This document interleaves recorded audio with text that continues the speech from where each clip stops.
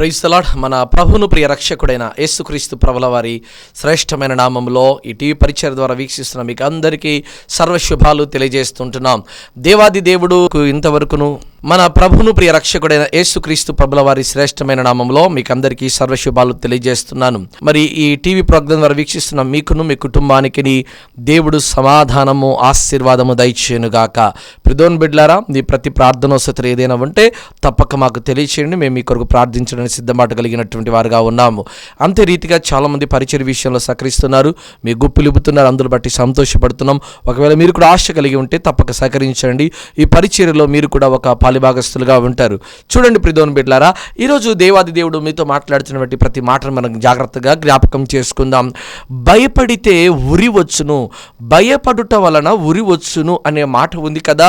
ఈరోజు ప్రతి వ్యక్తి జీవితంలో భయం భయం భయం అయితే ప్రతి సందర్భాల్లో మనం ఎన్నో విషయాల్లో భయపడతా ఉంటాం, చాలా విషయాల్లో కృంగిపోతూ ఉంటాం, భయపడిపోతూ ఉంటాం. అయితే ఈరోజు నువ్వు దేని విషయంలో నువ్వు భయపడుతున్నావో నాకు అర్థం కావట్లేదు, కానీ పరిశుద్ధాత్ముడు నీకు ఒక విషయాన్ని చెప్పాలని ఆశపడుతున్నాడు.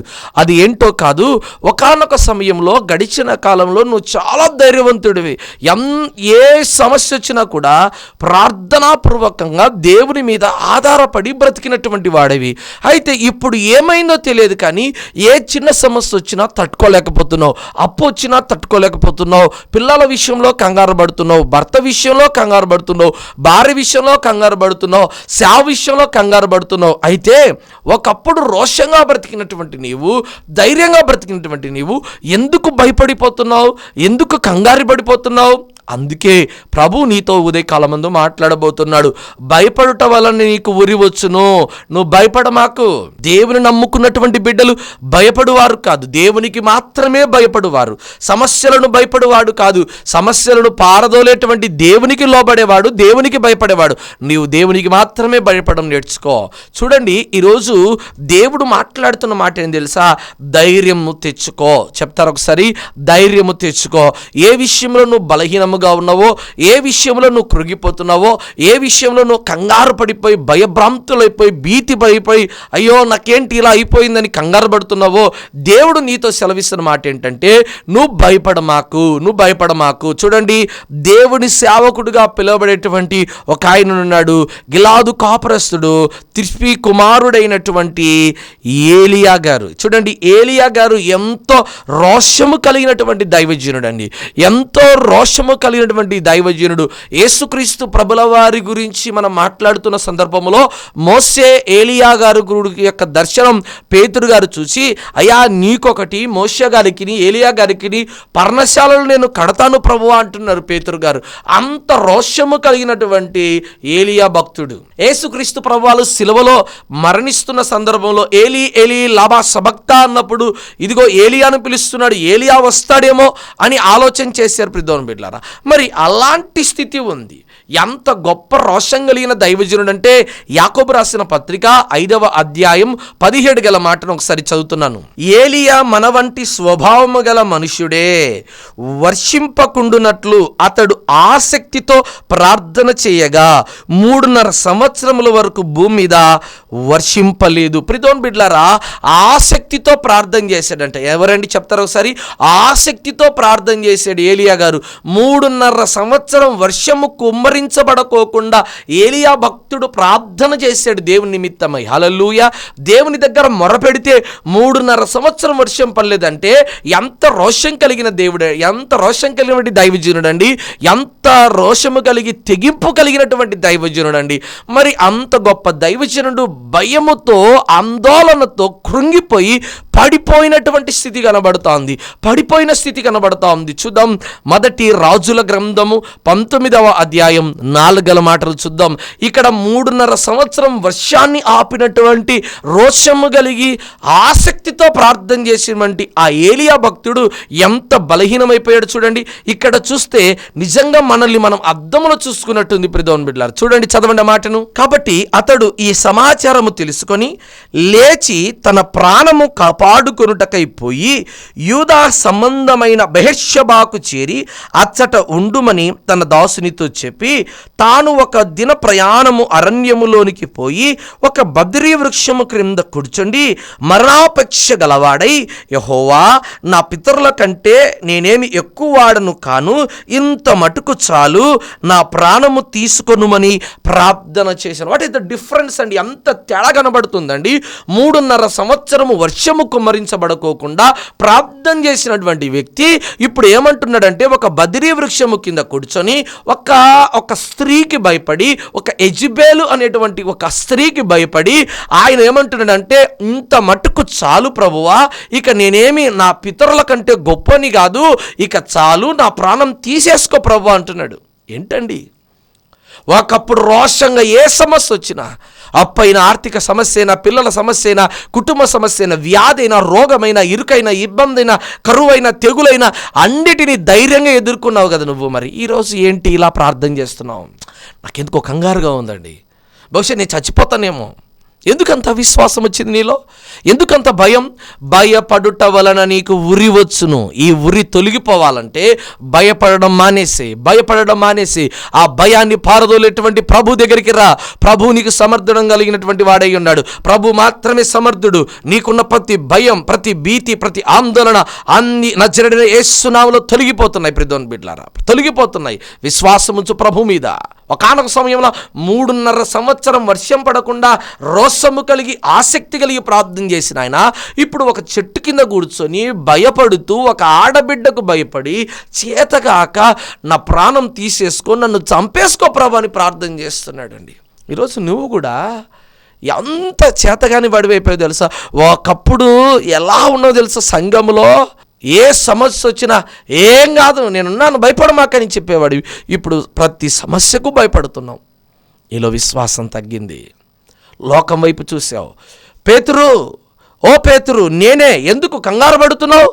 ప్రభువా, నీవే అయితే మాట మాత్రం సెలవివ్వు నాయనా, నేను ఈ సముద్రం మీద నడుచుటకు నాకు ఆజ్ఞ ప్రభు అంటే రా, కమ్ అని చెప్పగానే పేతురు తన పాదమును సముద్రం మీద పెట్టినప్పుడు అతని పాదం మునిగిపోలేదు. ఎప్పుడైతే ఆయన గాలి వైపు చూచాడో అప్పుడు ఆయన పాదాలు మునిగిపోవడం ప్రారంభమయ్యాయి.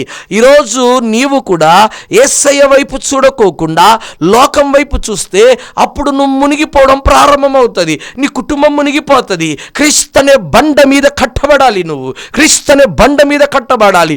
ఇసుక మీద నువ్వు కట్టబడితే అది గాలి, వానకి, తుఫానికి కొట్టబడుతుంది. ఎప్పుడైతే నువ్వు క్రీస్తు అనే బండ మీద కట్టబడతావో నువ్వు ఎప్పుడు కూడా కదల్చబడవు, ఎప్పుడు కూడా తొలగిపోవు. ఇక్కడ అంతవరకు రోషముగా ఉన్నటువంటి ఆయన ఏమైపోయిందంటే, ఆయనకు అర్థం కాని స్థితి ఏంటంటే, నా ప్రాణం తీసేసుకో ప్రవ్వా, ఇంత మటుకు చాలయ్యా, ఇంత మటుకు చాలు, నన్ను చంపేస్తా అంటుంది ఈమె, నన్ను చంపేస్తుంది అంటుంది. అయితే వాస్తవానికి గమనించగలిగితే ఏలియా గారు ఆ చావుకు భయపడుతున్నాడా, యెజబెలుకు భయపడుతున్నాడా? చావుకైతే భయపడలేదండి, యెజబెలుకు భయపడుతున్నాడు. అసలు కొంతమంది ఆత్మహత్య చేసుకొని పోతా ఉంటారు. వాళ్ళు ఆత్మహత్య చేసుకునేంత ధైర్యం ఉంటుంది కానీ బ్రతికేదానికి ధైర్యం ఉండదండి వాళ్ళకి. ఆత్మహత్య చేసుకునేటువంటి ధైర్యం, ఇదిగో ఉరి వేసుకునేటువంటి ధైర్యం ఉంటుంది, ఇదిగో పురుగుల మందు తాగేటువంటి ధైర్యం ఉంటుంది, పైనుంచి మేడమై నుండి కిందికి దుంకేంత ధైర్యం ఉంటుంది, కానీ బ్రతకడానికి ధైర్యం లేదు. అందులో ఉన్నటువంటి ధైర్యము కొంతైనా సరే, ఒక్కింత భాగమైనా సరే ఇందులో కనుక నువ్వు కనపరిస్తే నిన్ను కొట్టేవాడెవడు లేడు, నిన్ను కొట్టేవాడెవడు లేడు. తల్లి, ఎందుకంత ఐధైర్యం నీకు? ఎందుకంత భీతి నీకు? ఎందుకంత భయం? ప్రభునందు విశ్వాసం నాన్న, ప్రభునందు నమ్మకం పెట్టుకో తల్లి. భయపడమాకు. పరిస్థితులు తారుమారైపోయాయని భయపడమాకు. ఇదిగో అంధకారం నిన్ను చుట్టుకుందని భయపడమాకు. ఇదిగో కారు మబ్బులు నిన్ను కమ్ముకున్నాయని భయపడమాకు. ఏదో ఒక రోజు గాలి వీచక తప్పదు. గాలి వీచగా కమ్ముకున్నటువంటి ప్రతి కారు మబ్బులు యేసయ్య నామములో తొలగిపోవునుగాక. హల్లెలూయా, హల్లెలూయా. కాబట్టి ప్రియమైన బిడ్డలారా, ఆయనకు చావుకు భయపడేవాడైతే నా ప్రాణం తీసుకున్నాడు. చావుకు కాదు భయపడేదైనా, యెజబెలుకు భయపడుతున్నాడు, ఆహాబుకు భయపడుతున్నాడు, ఇదిగో నన్ను చంపేస్తారేమని భయపడుతున్నాడు ఆయన. ఆయన భయపడ్డం ఎలాగని ఆ 18వ అధ్యాయంలో చూస్తే నిజంగా ఈయన చేసిన కార్యాలు ఇంత గొప్పవా, ఇంత రోషం కలిగిన దైవజనుడా, ఇలా ప్రార్థన చేస్తున్నాడు అనిపిస్తూ ఉంటుంది. ఒక్కొక్కప్పుడు నువ్వు మందిరంలో చేసిన కార్యాలు మర్చిపోయావా? నీకు దేవుడు గర్భఫలం ఇయ్యదని డాక్టర్మ్మ చెప్పింది కదా, నీకు పీసీఓడి, నీకు పిల్లలు పుట్టరని చెప్పారు కదా, దేవుడు నీకు పిల్లలు ఇచ్చారు, అయితే ఆ పిల్లలు నా చేతులు దాటిపోయారని భయపడుతున్నావు. భయపడ మాకు, ఇంకా నీ చేతుల్లోనే ఉంది. నువ్వు ప్రార్థన చేయి, నిలబడిన స్థలంలో దేవుడు కార్యం చేస్తాడు. నిలబడిన స్థలంలో దేవుడు అద్భుతాలు చేసేయడానికి సిద్ధంగా ఉన్నాడు తల్లి. చూడండి, గమనించండి. మొదటి రాజుల గ్రంథం 18వ అధ్యాయం 15 గల మాటను చూద్దాం. ఏలియా, ఎవని సన్నిధిని నేను నిలబడి ఉన్నానో, ఇజ్రాయేలు దేవుడైన ఆ యెహోవా జీవముతోడు, నిజముగా ఈ దినమున నేను ఆహాబు దర్శించుదునని చెప్పుకొనుచున్నాను. నేను చదువుబడుతున్న మాటలు గమనిస్తే, నేను ఎవడివాడునో, ఎక్కడివాడునో, నేను ఏ దేవుని సేవిస్తున్నానో తెలుసుకో ముందు జాగ్రత్త అంటున్నాడు. అంటే అర్థం తెలుసా? ఏలియా ఏ దైవజనుడో, ఏలియా ఏ దేవుని ఆరాధిస్తున్నాడో అతనికి బాగా తెలుసు. చూడండి, ఎప్పుడైతే నువ్వు ఎవరి వాడవో, నువ్వు ఎక్కడి నుంచి వచ్చావో, నీ దేవుడెవరో అనే సంగతి నువ్వు మర్చిపోతే అప్పుడు ఆటోమేటిక్గా అపవాదే గుర్తుకొస్తాడు. ముందు నీ కెపాసిటీ ఏంటో తెలుసుకో, నీ క్యాపబిలిటీ ఏంటో తెలుసుకో, నీ పక్కన ఎవరు నిలబడ్డారో తెలుసుకో, ఎవరి పక్షాన నువ్వు ఉన్నావో, ఏ దేవుని ఆరాధిస్తున్నావో, ఎంత రసం కలిగిన దేవుడో నువ్వు తెలుసుకుంటే నువ్వు చెప్పగలుగుతావు. ఒకరోజు ఒక బస్సులో ప్రయాణం చేస్తున్నప్పుడే ఒక స్నేహితుడు ఎదురుపడ్డాడు. స్నేహితుడు ఎదురుపడి, ఎలా ఉన్నావు, చాలా నువ్వు కలిసి మరిద్దరం కలిసి స్కూల్లో చదువుకున్నాం, ఇప్పుడు స్కూల్ అయిపోయింది, కాలేజీ చదువుతున్నాం, ఎక్కడ చదువుతున్నావు, ఎలా చదువుతున్నావు, ఎక్కడ ఉంటున్నావు అని తన స్నేహితుడు ఆ స్నేహితుడిని అడిగాడంట. ఆ స్నేహితుడు, నేను పలాని కాలేజీలో చదువుతున్నాను, పలాని చదువుతున్నాను అన్ని విషయాలు చెప్తా వచ్చాడు. అయితే చెప్తున్నప్పుడు తన తండ్రి గురించి అడిగాడు, మీ నాన్న మీ అమ్మ ఏం చేస్తారని. అప్పుడు ఈ కుమారుడు అంటున్నాడు, మా నాన్న ఏం చేస్తారో నాకు తెలియదు, మా అమ్మ ఏం చేస్తుందో నాకు తెలియదు అన్నాడు. అదేంటి ఎలా అన్నావంటే, ఏమో నాకు తెలియదు అన్నాడు. చూడండి, నీ తండ్రి గురించి, నీ తల్లి గురించి, వాళ్ళు ఏం చేస్తారో, వాళ్ళు ఎలాంటి వారో అన్ని విషయాలు నీకు తెలిస్తే ఇక్కడ కాదు ఎక్కడైనా ధైర్యంగా రోషంగా చెప్పగలుగుతావు. అసలు ఆ తండ్రి గురించి, ఆ తల్లి గురించి నీకేం తెలియకపోతే ఎదుటివాడు అడిగినప్పుడు ఏం చెప్పగలుగుతావు? ఏమీ చెప్పలేవు.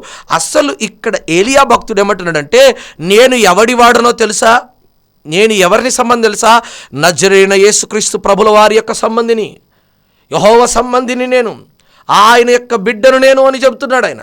నేను ఎవరిని సేవిస్తానో తెలుసా, ఆకాశమును భూమిని కలగజేసినటువంటి దేవాది దేవుని యొక్క సేవకుడిని, నేను రోషం కలిగిన సేవకుడిని. బయలుదేవతలు, ఇదిగో బయలువారు 400 మంది ఉండొచ్చు, కానీ నేను ఒక్కనే రోషంగా నేను ఒక్కనే ఉన్నాను. అంత రోషంగా చెప్పిన ఆయన ఆ బదిరీ వృక్షము కింద కూర్చొని ఏడ్చడం ఏంటండి? నువ్వేనా అసలు? ఒకసారి అద్దంలోకి వెళ్ళి చూసుకో. ఒకప్పుడు నేను ఎలా ఉండేవాడిని, ఈరోజు ఏంటి ఇలా అయిపోయానేంటి? ఒకప్పుడు సమస్య వచ్చి నేను ఎదుర్కొనేవాడిని, ఈరోజు ఏంటి ఇంత పిరికివాడిని అయిపోయానేంటి? ఎందుకు ఇంత భయం నాకు, ఎందుకు ఇంత భీతి నాకు, ఎందుకు ఇంత కంగారు నాకని ఒకసారి ఆలోచన చేయసారి. నువ్వు క్రాస్ చెక్ చేసుకో ఒకసారి. చూడండి, ఆ 15 మాటలు అంటున్నాడు, ఏలియా, ఎవని సన్నిధి నేను నిలవబడి ఉన్నానో, ఇజ్రాయేలు దేవుడైన ఆ యెహోవా జీవముతోడు, నిజముగా ఈ దినమున నేను ఆహాబును దర్శించుదునని చెప్పుచున్నాను నేను. చూడండి, చదవబడిన మాటలు గమనిస్తే ఆహాబు ఎవరో, ఇదిగో నేను ఎవరినో ఆహాబు తెలుసుకుంటాడు, నా దేవుడు ఎవరో ఆహాబు తెలుసుకుంటాడని చెప్తున్నాడు. మరి ఆ స్థితిలో నుంచి మరలా 22వ మాటలు చూస్తే ఏమంటాడు చూడండి, అప్పుడు ఏలియా, యెహోవాకు ప్రవక్తలైన వారిలో నేను ఒక్కడినే శేషించి ఉన్నాను, అయితే బయలునకు ప్రవక్తలు 480 మంది ఉన్నారు, వాళ్ళకు 480 మంది ఉండొచ్చు, నాయనేమో ఒక్కనే. ఆయన అక్కడ ఒకవైపు, 480 మంది ఒకవైపు. చూడండి, అంత రోషంగా ఎదుర్కొనేటువంటి రోషం కలిగిన దైవజనుడండి, రోషం కలిగిన దైవజనుడండి. 480 మంది ఒకవైపు ఉన్నాడు, ఒక్కడు ఒకవైపు ఉన్నాడు. 450 మంది వచ్చి ఒకేసారి మీద పడి కొట్టి చంపితే ఈయన పరిస్థితి ఏమవచ్చు? అయినా కూడా భయపడలేదు. కానీ ఇప్పుడైతే ఏమనిపిస్తుందంటే, ఆ బదిరీ వృక్షం కింద కూర్చొని, అయ్యా మరణాపేక్ష గలవాడని నాయన, నన్ను బ్రతికేదానికంటే చంపేది వేలు ప్రభు, నన్ను తీసేసుకో ప్రభు, నాకు బ్రతకాలని ఆశ లేదు నాయన, నా పితరుల కంటే నేను గొప్పవాణి కాదు ప్రభు, నన్ను తీసేసుకో ప్రభు అంటుండు. ఎంత విచిత్రంగా ఉందండి ప్రార్థన ఇలాది. నువ్వు చేస్తుంటావు ప్రార్థన. ఒకప్పుడు ప్రభువా యేసు నామములో ఇది జరుగునుగాక అనేదానివి. ఇప్పుడు జరుగుతుందో లేదో, ఇది అవుతుందో లేదో అనుమానం నీకే వచ్చేసింది. అంత బలహీనరాలు అయిపోయావు, అంత అశ్రద్ధత అయిపోయింది నీ ప్రార్థన. ఏం చేయలేనేమో అనేటువంటి దిగాలైనటువంటి స్థితిలో నువ్వు ఉంటున్నావు. చూడండి 26వ మాటలు చూద్దాం ఒకసారి. వారు తమకు ఇయ్యబడిన ఎద్దును తీసుకొని సిద్ధము చేసి ఉదయమున మొదలుకొని మధ్యాహ్నం వరకు బయలా మా ప్రార్థన వినుమని బయలు పేరును బట్టి ప్రార్థన చేసిరి, కానీ ఒక్క మాటైనను ప్రత్యుత్తరం ఇచ్చడు వాడెవడను లేకపోగా వారు తాము చేసిన బలిపీఠం వద్ద గంతులు వేయ మొదలుపెట్టిరి. వారు గంతులు వేస్తున్నారు. మధ్యాహ్నం అయిపోయింది, సాయంకాలం అయిపోతా ఉంది. ఏలియా అంటున్నారు వస్తున్నాడేమో, అక్కడొస్తున్నాడేమో, గాల్లో వస్తున్నాడేమో, ఇదిగో అక్కడొస్తున్నాడేమో అని ఎగతాళిగా మాట్లాడుతున్నాడు. అంటే అంత ధైర్యంగా ఉన్నాడండి. 480 మంది ఒకవైపు ఉన్న ఆయన ఏ మాత్రం భయపడకుండా, ఏ మాత్రము కంగారు పడమాకుండా ఆయన ధైర్యంగా రోషంగా నిలబడ్డాడండి. నాకు పెద్ద ఆశ్చర్యంగా ఉందండి, చాలా ఆశ్చర్యంగా ఉంది.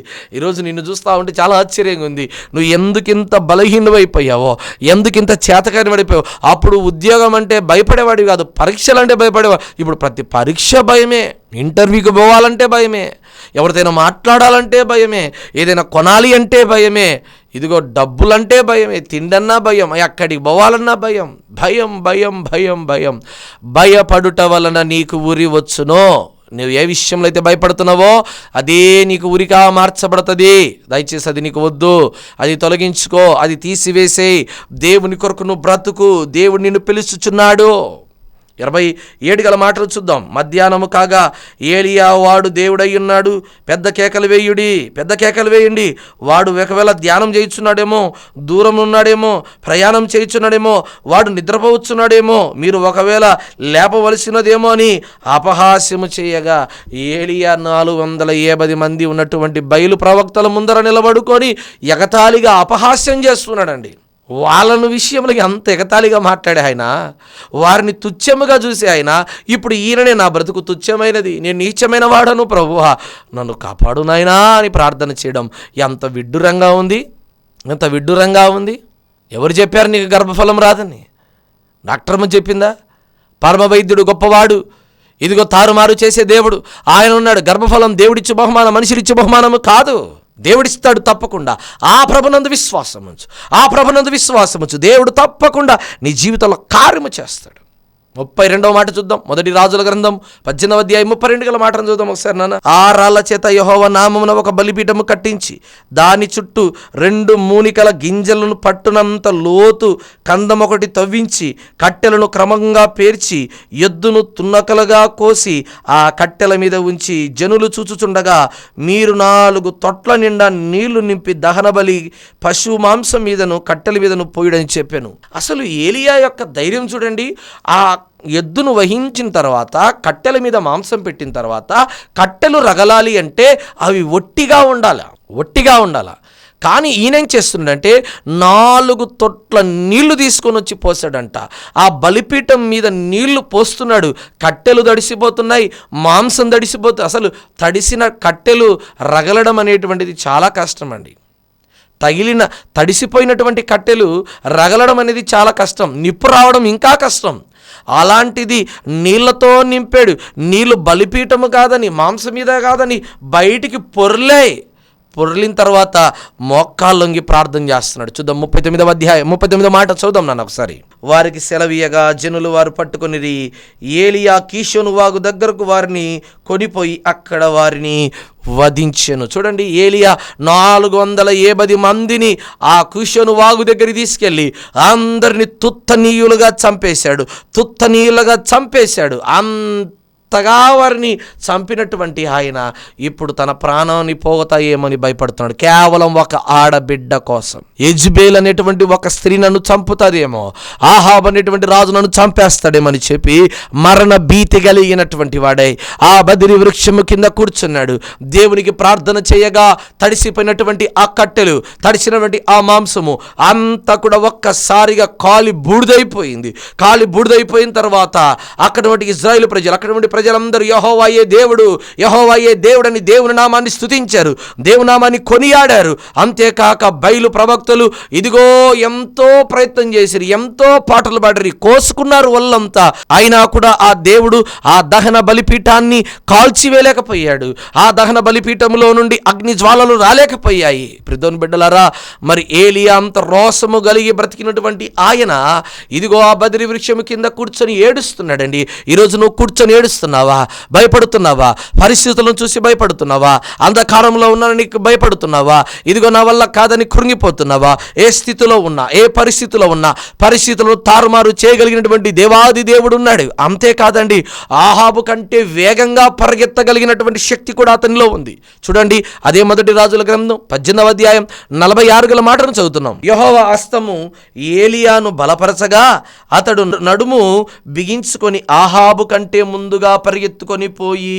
చూడండి, ఆహాబు వెళ్ళిన దానికంటే ముందుగా ఏలియా వేగంగా పరిగెత్తేవాడు. అంటే ఆయన పరిగెత్తుతాడంట అంత గొప్పగా. ఆయన పరుగు పందెంలో అంత గొప్పగా పరిగెత్తున్నాడు.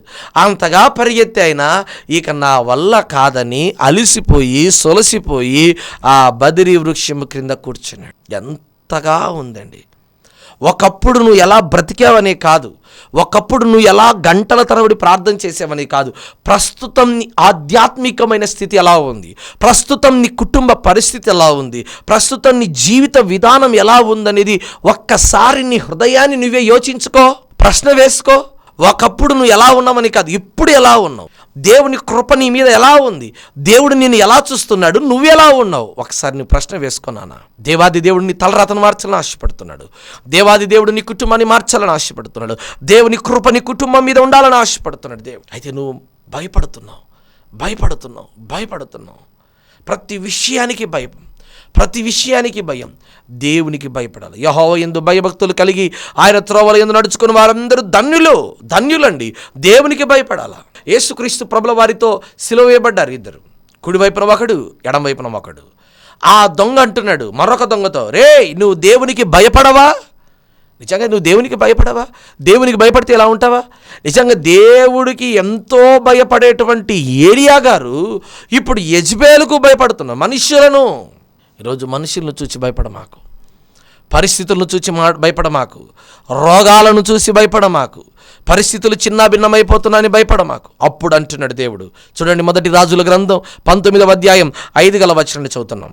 అతడు బదిరి వృక్షము కింద పరుండి నిద్రించుచుండగా ఒక దేవదూత వచ్చి అతన్ని ముట్టి నీవు లేచి భోజనము చేయమని చెప్పెను.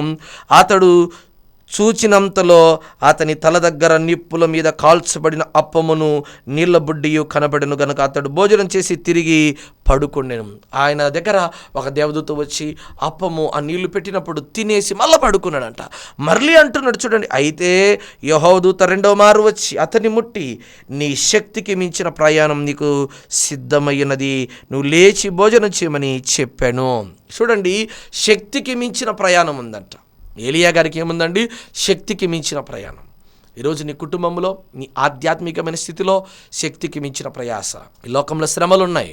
ఈ లోకంలోని మనం వెళ్ళిపోయేంత వరకు మనకు శ్రమలే, శోధనలే, అపవాది కష్టాలే, నిందలు, అవమానాలు, భయంకరమైనటువంటి పరిస్థితులు. అయితే వాటన్నిటి చూసి నువ్వు దిగులు చెందమాకు. నేను చచ్చిపోతానేమో, నాకేమైపోద్దో, నేను ఈ హాస్పిటల్లో ఇలాగే చచ్చిపోతానా, ఇదిగో ఈ మంచంలో ఈ గదిలోనే చనిపోతానా, భయపడమాకు. మరణ పాశంలో నిన్ను చుట్టుకొని దేవుడు నిన్ను లేపగలిగినటువంటి వాడై ఉన్నాడు. ఇదిగో జీవమును మరణమును ఆయన చేతిలో ఉన్నాయి. మరణము తప్పించుట యెహోవా వశములో ఉన్నది కదా. ఆయన మరణాన్ని తప్పించగలిగిన వాడు. యెజబేలు కబురు పంపించిందని యెజబేలు ఇదిగో నన్ను చంపేస్తామని భయపడుతున్నాడు. ఆ భయమైన పట్టుకుంది. అప్పుడు దేవదూత వచ్చి అంటుంది, ఓ ఏలియా లేచి నిలబడు. హల్లెలూయా, లేచి నిలబడు. ఇదిగో నువ్వు నిలబడకపోతే దారిలో పోయేటువంటి ప్రతి కుక్క వచ్చి భయపడిస్తూ ఉంటుంది. దారిలో పోయే ప్రతివాడు నిన్ను భయపడుతూ ఉంటాడు. నువ్వు రోషముగా నిలబడాలా. ఏజ్కేల్ని తీసుకెళ్ళి ఆ ఎండిన ఎముకల దగ్గర నిలబెట్టినట్టుగా ఇదిగో శత్రువుల దగ్గర నిన్ను నిలబెట్టడానికి దేవుడు సిద్ధంగా ఉన్నాడు. పరిస్థితులు తారుమారుగా ఉండొచ్చేమో, పరిస్థితులు చిన్న భిన్నముగా ఉండొచ్చేమో, దేవుడు నిన్ను నిలబెట్టడానికి సమర్థుడై ఉన్నాడు. ఈరోజు ధైర్యం తెచ్చుకో తల్లి, ధైర్యం తెచ్చుకో. నీ భర్తను చూసి భయపడి పరిగెత్తమాకు. ఇదిగో ఒకప్పుడు ధైర్యంగా ప్రతి సమస్యను పారదోలావు, ఎలాంటి పరీక్షలైనా అలవోకగా రాసావు, ఎంతో జ్ఞానం, ఎంతో అన్ని విషయంలో నువ్వు ఎగ్గురాగులుగా ఉండి ఈరోజు చిన్న సమస్యకు భయపడుతున్నావే. గడిచిన కాలంలో హైదరాబాద్లో ఒక తల్లి 2 బిడ్డలు తీసుకెళ్ళి ఆత్మహత్య చేసుకుని చచ్చిపోయింది. ఎంత దుర్మార్గం అండి, ఎంత బాధ అండి. చచ్చిపోయేంత ధైర్యం ఉంది కానీ పరిస్థితులను ఎదుర్కొనేంత ధైర్యం నీకు లేదా? పరిస్థితులు ఎప్పుడు ఇలాగే ఉంటాయా? రాత్రి ఉందని ఎంత దిగులు పడుతున్నావు కదా, రాత్రి ఎప్పటికీ శాశ్వతం కాదు. అంటే చీకటి ఎప్పుడూ శాశ్వతము కాదు. సూర్యుడు వస్తాడు, వెలుగు వస్తుంది. వెలుగు వచ్చినప్పుడు ఆటోమేటిక్గా ఉండిన ప్రతి చీకటి పారదోలబడుతుంది. ప్రియమైన బిడ్డలారా, హల్లెలూయా. నీ జీవితంలో అలుముకున్నటువంటి ప్రతి చీకటి తొలగిపోయే రోజులు ఉన్నాయి, ప్రతి చీకటి తొలగిపోయే రోజులు ఉన్నాయి. ఆ చీకటి తొలగిపోవాలంటే వెలుగు వస్తుంది. అందుకే యేసుక్రీస్తు ప్రభువారు దేవుడు లోకమునకు వెలుగై ఉన్నాడు. ఆయన దగ్గర ఎంత మాత్రము చీకటి లేదు. ఈరోజు పరిస్థితులను మార్చగలిగిన దేవుడు నీతో ఉన్నాడు. శ్రమలలో ఉన్నావా? ఇరుకులలో, ఇబ్బందులలో ఉన్నావా? పరిస్థితులు ఉన్నావా? అప్పులలో ఉన్నావా? ఇదిగో అప్పులవాడు వచ్చి నా ఇంటి మీద పడతాడు, నేను చచ్చిపోవాలి అని ఆలోచన చేస్తున్నావా? చూడండి, సారేపాత గ్రామంలో ఆ తల్లికి ఇదిగో చక్కటి అప్పం చేసి పెట్టినప్పుడు, ఏలియా గారి చక్కటి అప్పం చేసి పెట్టినప్పుడు ఆమె ఇంట్లో పిండి తక్కువ కాలేదు, నూనె తక్కువ కాలేదు. ఈరోజు నీ ఇంట్లో అన్నీ తక్కువే అవుతున్నాయి. ఎందుకు తెలుసా? నువ్వు దేవుని చూడంలా, మనుషులను చూస్తున్నావు. పేతురు ఆ గాలి వైపు చూసి మునిగిపోయినట్టుగా ఈరోజు పరిస్థితుల వైపు చూడమాకు. పరిస్థితులను మార్పగలిగేటువంటి దేవుని వైపు చూడు. శ్రమల వైపు చూడమాకు. శ్రమలను కూడా తొలగించగలిగిన దేవుని వైపు చూడు. విశ్వాసం, నిరీక్షణ ఉంచు. నా ప్రభువు ప్రతి సమస్యను పారదోలుతాడనేటువంటి నమ్మకం పెట్టుకో. 3.5 సంవత్సరం వర్షాన్ని ఆపినటువంటి ఆయన రాహాబును, ఎలిజబెల్ను ఆపలేడా? ఆపుతాడండి. వర్షాన్ని ఆపినటువంటి ఆయన రోషంగా ఇదిగో యెహోవాను సేవించేటువంటి వాడిలో నేను ఒక్కడినే మిగిలి ఉన్నాను, నేను ఒక్కడినే. ఇదిగో 450 మంది ఒకవైపు, నేను ఒక్కడిని ఒకవైపు. 450 మంది వాళ్ళ దేవునికి ప్రార్థన చేసి మొరపెట్టి అరుస్తా కేకలేస్తూ ఉంటే ఈయన అంటాడు, ఇదిగో వస్తున్నాడేమో, మధ్యాహ్నం వస్తాడేమో, రాత్రి వస్తాడేమో, నిద్రపోతున్నాడేమో, గాల్లో వస్తున్నాడేమో, అక్కడ వస్తున్నాడేమో, ఇక్కడేస్తున్నాడు. అంత అపహాస్యంగా నవ్వినటువంటి ఆయన ఇప్పుడు చేతగాని వాడిలాగా కూర్చోవడం ఏంటండి? ఎప్పుడు ఇదే స్థితి ఉండదు నాన్న. నీ చింత యావత్తు ప్రభు మీదవే, నీ భారమంతా ప్రభు మీదవే, సమస్తమును మార్చగలిగిన దేవుని వైపువే. అందుకే శక్తికి మించిన ప్రయాణం ఉన్నది, పదా అని చెప్పగానే ఆయన బయలుదేరాడు. ఇదిగో ఆయన తన జీవితంలో గొప్ప కార్యాలు చేసి తన ప్రాణాన్ని విడిచాడు. పరిస్థితులు మార్చబడుతున్నాయి, శ్రమలు వస్తున్నాయని కృంగిపోమాకు. దేవుడి స్థితిని మార్చగలిగిన వాడై ఉన్నాడు. ధైర్యం తెచ్చుకో, విశ్వాసం ఉంచు. తల వంచిన ప్రార్థన చేద్దాం. పరిశుద్ధుడైన దేవా, కనికరం కలిగిన తండ్రి, ఎంతోమంది ఈరోజు భయపడేవారిగా ఉన్నారు, ఎంతోమంది ఈరోజు కృంగిపోయేవారిగా ఉన్నారు. ఆర్థిక స్థితిగతులు, పరిస్థితులు చిన్నాభిన్నమైపోతున్నాయి. అయ్యా ఈ అప్పుల ఊబిలో చచ్చిపోతానేమో, పిల్లలు పుట్టకుండానే చచ్చిపోతానేమో, అయ్యా నా జీవితంలో ఇల్లు కట్టుకోకుండా చచ్చిపోతానేమో, నా స్థితి, నా పరిస్థితి బాగలేదు నాయన. మందిరంలో ఒకప్పుడు నేను గంటల తరబడి చక్కగా పరిచర్య చేసేది, ఈరోజు చేయలేకపోతున్నాను. నా సేవ అభివృద్ధి కావడం లేదు నాయన. నేను ఇలాగే ఉండిపోతానేమో, నా మందిరము వెలివేయబడుతుందేమో, నేను స్లాప్ వేసుకోలేనేమో.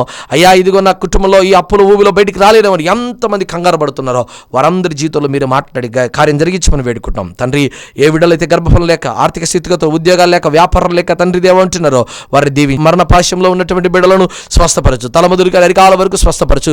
నా జడైన యేసుక్రీస్తు నామమును బట్టి ప్రార్థన చేస్తున్నాగా వారిని, వారి కుటుంబంలో గొప్ప కార్యాలు మీరు జరిగించి దేవా, ఇప్పుడే వారి కుటుంబంలో ఇదిగో గొప్ప కార్యమును జరిగించమని ప్రార్థన చేస్తూ యేసుక్రీస్తు ప్రభుల వారి నామాన్ని బట్టి ప్రార్థన చేస్తాడు వేడుకుంటున్నాను తండ్రి. ఆమెన్. ప్రభు మీకు తోడైండును గాక. Amen. May God bless you. దైవజనుల ప్రసంగములు మీకు ఆశీర్వాదకరంగా ఉంటే మరిన్ని ఆధ్యాత్మిక ప్రసంగముల నిమిత్తం మన యూట్యూబ్ ఛానల్లో Jesus Christ story ministries official అని టైప్ చేసి ఛానల్ని సబ్స్క్రైబ్ చేయండి. మీ ప్రార్థన అవసరాల నిమిత్తం మాకు ఫోన్ ద్వారా తెలుపగలరు. మా ఫోన్ నంబర్ 8688991210.